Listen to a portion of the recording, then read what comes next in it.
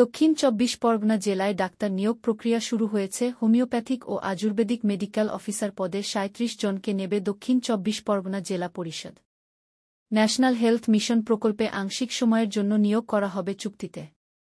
এই নিয়োগের বিজ্ঞপ্তি নম্বর ২৭৯৫ জেট পিডিপিএইচসি রিক্রুটমেন্ট আন্ডার এসবিএইচ। শূন্যপদের বিবরণ: হোমিওপ্যাথি ৩৫টি, আয়ুর্বেদিক ২টি।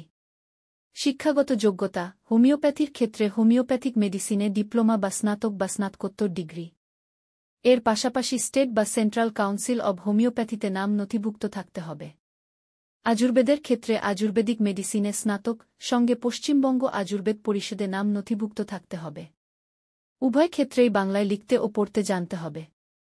বয়স: ১-১-২০২৪ তারিখ হিসাবে ৫০ বছরের মধ্যে হতে হবে।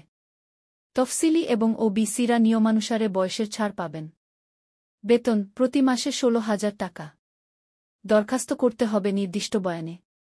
দরখাস্তের বয়ান ডাউনলোড করে নেবেন ওয়েবসাইট থেকে। ওয়েবসাইটের লিঙ্ক এই ভিডিওর ডেসক্রিপশন বক্সে পেয়ে যাবেন। দরখাস্তের নির্দিষ্ট স্থানে প্রার্থীর এক কপি পাসপোর্ট মাপের ফটো সেটে দেবেন।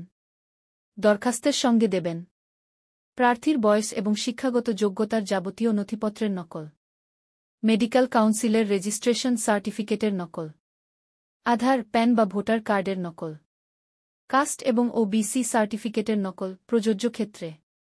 বর্তমান ও স্থায়ী ঠিকানা যে একই, এই মর্মে একটি সেলফ ডিক্লারেশন।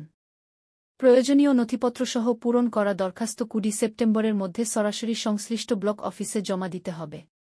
দরখাস্তের পদ্ধতিসহ অন্যান্য তথ্যের জন্য অফিসিয়াল ওয়েবসাইট দেখুন।